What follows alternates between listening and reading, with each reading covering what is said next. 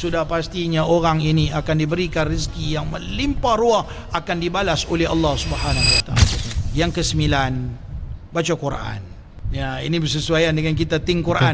Baca Quran, tak boleh baca Quran, dengar Quran, main think Quran tu pun duk belajar Quran. Seperti kita sedang memahami makna-makna Al-Quran. Itulah hakikatnya Quran itu diturun. Afala yatadabbaruna Al-Quran. Kita nak fahami makna-makna yang ada dalam Quran.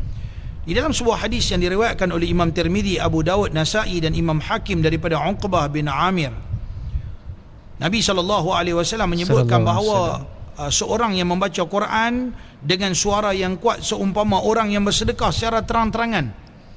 Dia baca kuat, orang lain semua dengar. Ni serupa orang yang bersedekah secara terang-terangan. Orang yang membaca Quran secara perlahan-lahan sembunyi, dia seorang yang tahu, seperti mana orang yang bersedekah secara senyap-senyap dan tersembunyi. Dan kita telah pun, mungkin sebahagian di kalangan kita pernah mempelajari kelebihan bersedekah secara terang-terangan, kelebihan bersedekah secara tersembunyi.